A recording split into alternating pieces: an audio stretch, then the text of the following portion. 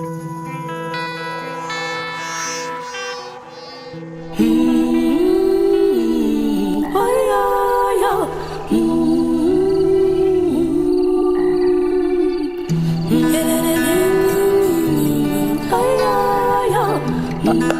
right, let me let me give you the brief and the story about this morning. So my alarm goes off at 5:30, which was the initial time that I was supposed to be getting up, and I kind of realized it was 5:30.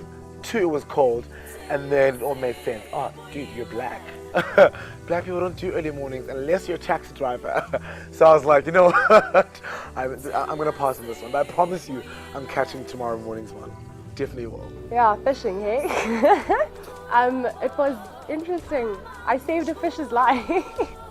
Fish bit, and I freaked out and kind of let go because I was scared of a fish, which is really sad. But it makes me feel better to say that I saved it and I didn't want to kill it, so I just released it into the wild where it belongs. I was excited. I really did want to fish. I've done it once in early high school, and I wasn't very successful. So I was like, you know what, challenging day, I'm going to take it on this time. And yeah, hypothetically speaking, I did fail.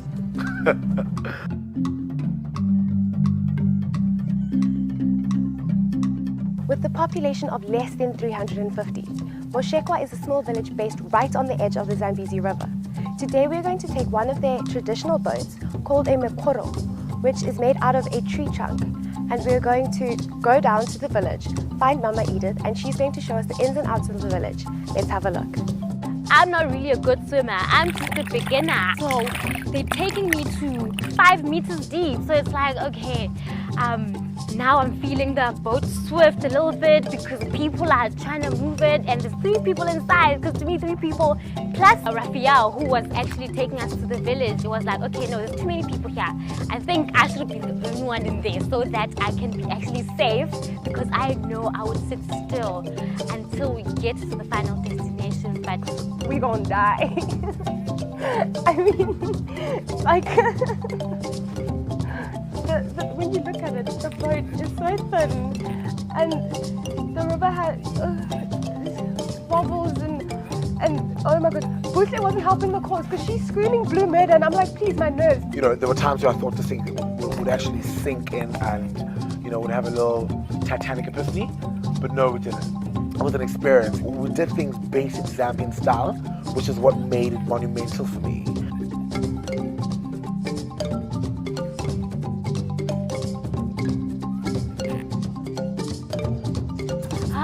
Edith she doesn't look a day past 45. Actually, she looks amazing for her age. She's turning 60 in like 2-3 years time. She looks amazing because what she's doing, her laboring, keeps her in shape. She was showing us as to how she grows her vegetables and stuff, and for us having to actually do the whole, is it a pampa or whatever that is, it takes work. It's so much labor, but now I understand why she looks the way she looks. Yeah, I'm doing it too. She's doing it also.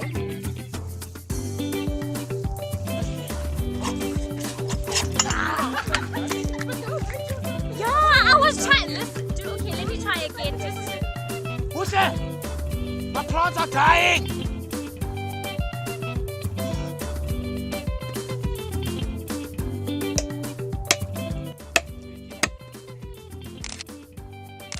It was like eye-opening. At home, you know, you go to a store and you buy water, or you go buy vegetables, and to see it from the perspective of someone who can't do that and who has to, you know, make it work for themselves, it is crazy. Like, I could never do that. I think I'm too dependent on stuff that happens now.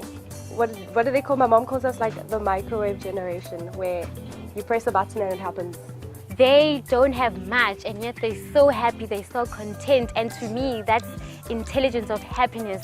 It seems like they still maintain an attitude of gratitude despite the things that they don't have. Here I am, I'm in Joburg, I'm worried about what I'm going to wear the next day. Edith is planting vegetables 3 months prior to them actually, you know, growing. I quickly realized how that village and those people know nothing better than that, what they had, and they cherished and they made the best out of that. Those people are so content.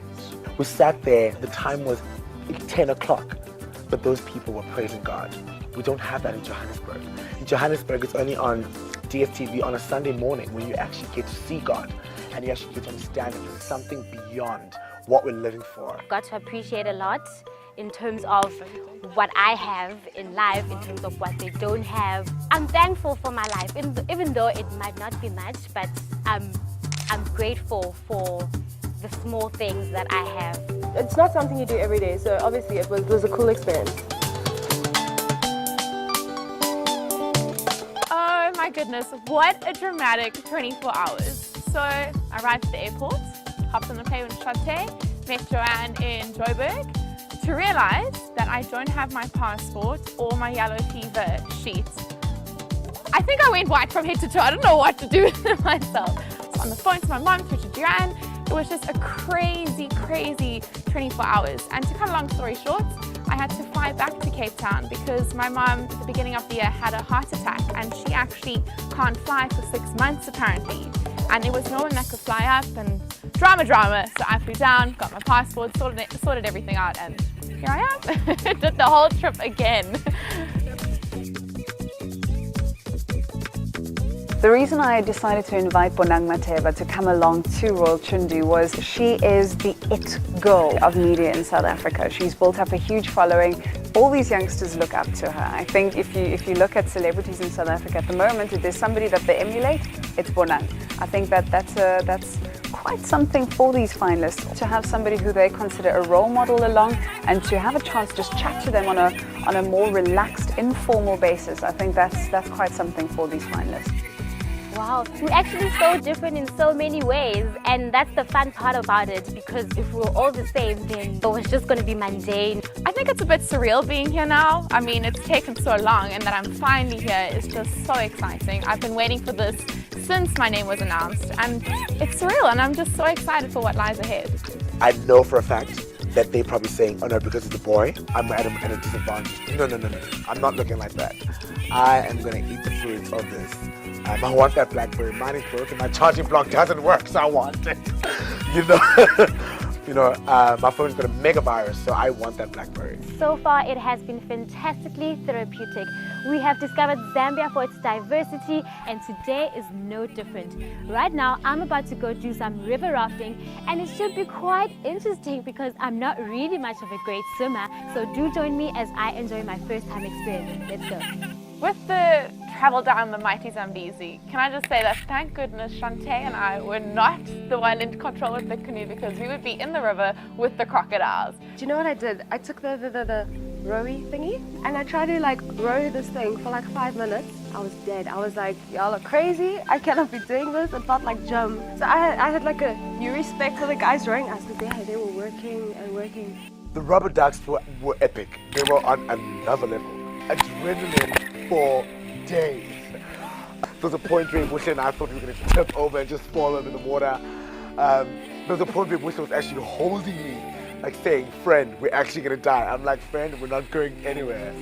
I'm really actually tired right now because I've been so much water. I was going at me today, but being here actually broadens your mind a little bit more, and I'm loving it. And then when we got to the little island thing for drinks, I got into the island and I was like, wait, what's going on here? I don't know, I don't think that Johannesburg would go to that extent, and I just appreciate the fact that they treat us like royalty when we're here. I just felt like an absolute princess.